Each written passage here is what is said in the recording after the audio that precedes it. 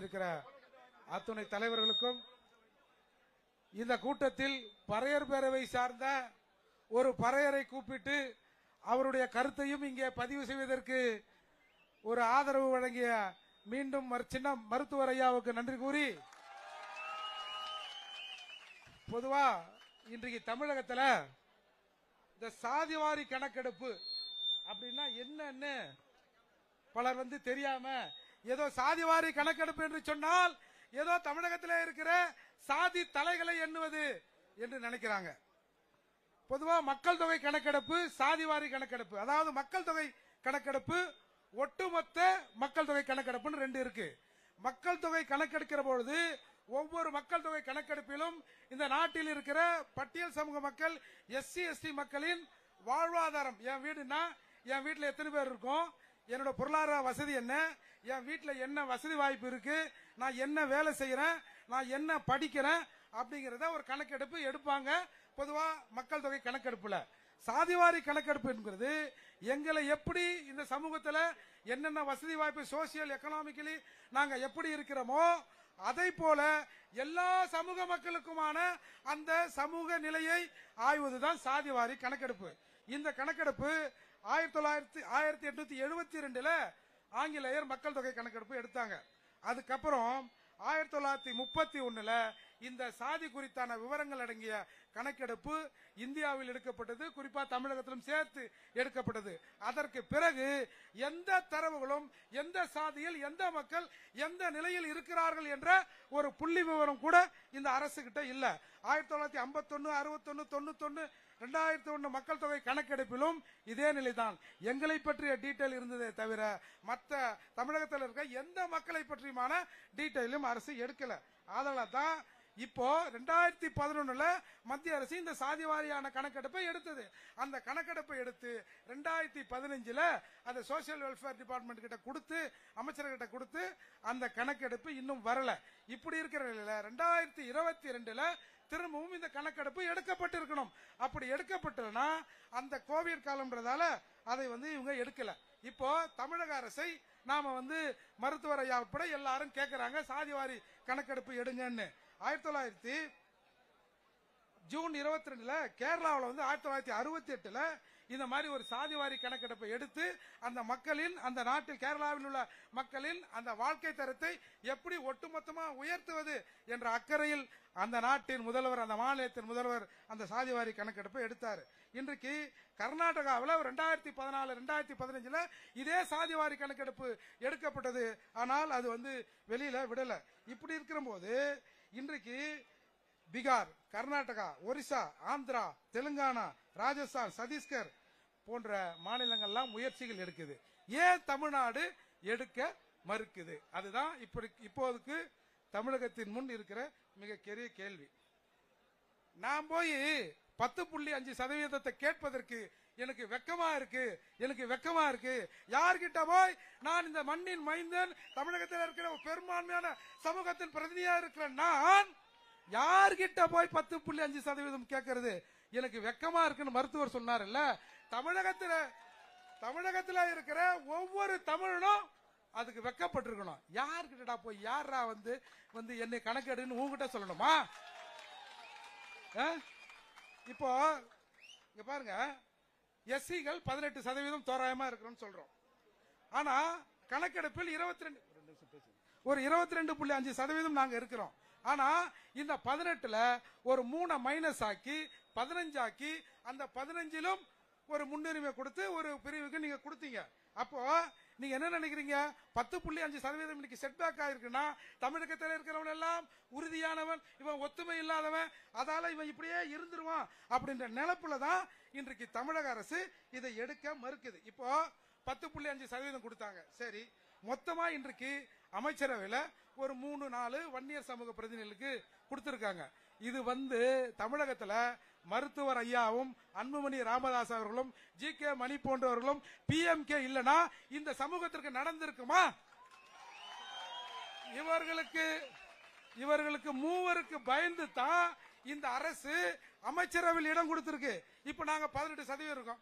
எங்களுக்கு எத்தனை பேர் கொடுத்திருக்காங்க சொல்லுங்க?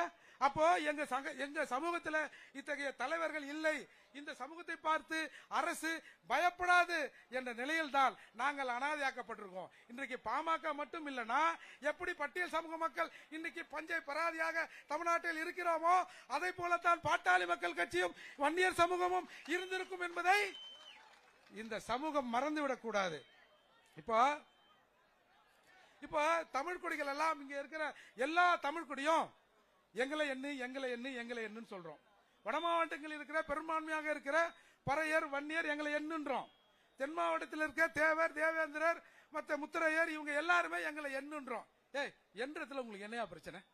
அதை வெளிப்படையா முதல்ல சொல்லுங்க. என்னன்னா நான் பெரும்பான்மையாக இருக்கிறேன் என்பது எனக்கு தெரிந்துவிடும். ஒரு மைக்ரோசாப்ட் கம்யூனிட்டி தமிழ்நாட்டை ஆண்டு கொண்டிருக்கிறது.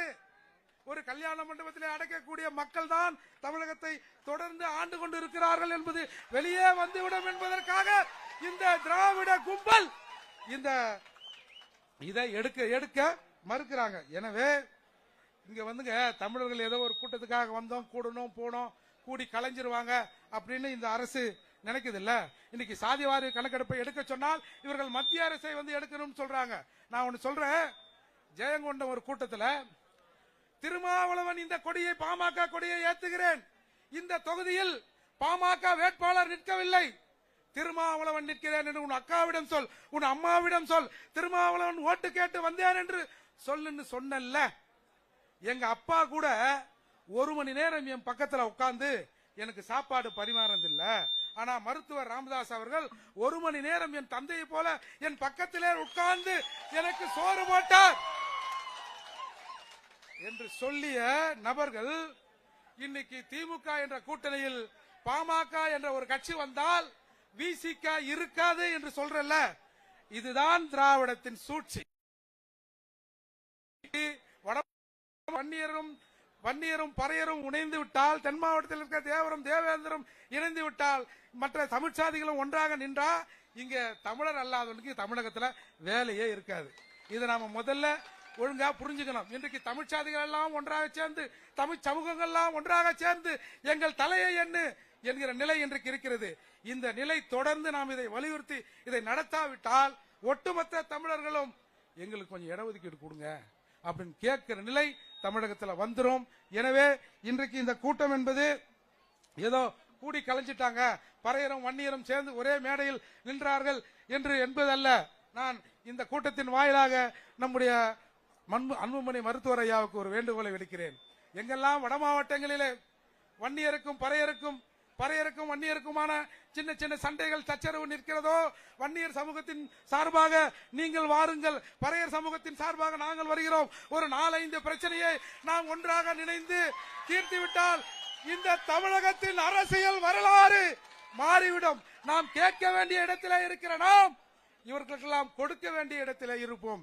எனவே மீண்டும் மீண்டும் ஐயாவை நான் வற்புறுத்தி கேட்பது, வட மாவட்டங்களில் பறையர்களும் வன்னியருக்கும் பிரச்சனை ஏற்பட்டால் 2 சமூக பிரதிநிதிகளும் ஒன்றாக சேர்ந்து நமக்குள்ளே அந்த பிரச்சனையை தீர்த்து வைக்க வேண்டும். ஏனென்று சொன்னால் இந்த 2 பெரும் சமூகம் இணைந்து விடக் கூடாது என்பதில் இங்கே இருக்கிற திராவிட கட்சிகள் முனைப்பாக இருக்கின்றன. எனவே மீண்டும் மீண்டும் நான் வலியுறுத்தி சொல்கிறேன், இந்த தமிழ் சமூகம் பிறப்பால் ஒருவர் தமிழராக இருந்து தமிழ்நாட்டை ஆள வேண்டும் என்று சொன்னால் அதில் முதன்மையாக இருக்கிற மருத்துவர் ஐயாவை நோக்கி தமிழகம் திரும்ப வேண்டும். ஒரே ஒரு செய்தியை சொல்லி முடிக்கிறேன். இந்த பட்டியல் சமூகத்தை சார்ந்தவர் எவனும் முதலமைச்சர் ஆக முடியாது என்று, இந்தியாவிலே ஆக முடியாது என்று ஒரு புடுங்கி சொன்னார். ஆனால் ஒரு 6-7 முறை இந்தியாவில் முதல்வராக ஆகியிருக்கிறார்கள். மருத்துவர் ஐயா அன்புமணி ஐயா கூட சொன்னாரு, எங்களுக்கு ஆதரவு அளித்தால் ஒரு பட்டியல் சமூகத்திலே இருக்கிற ஒருவரை முதலமைச்சர் ஆக்குவதற்கு நாங்கள் தயார் என்று சொன்னார். அதே போல செந்தமிழன் சீமான் அவர்களும் ஒரு பட்டியல் சமூகத்தை சார்ந்தவனை முதல்வராக்குவதற்கு நாங்கள் தயார் என்று சொன்னார். இங்கே இருக்கிற தமிழ் குடிகள் கூட இதற்கு ஆதரவு அளிக்கும்.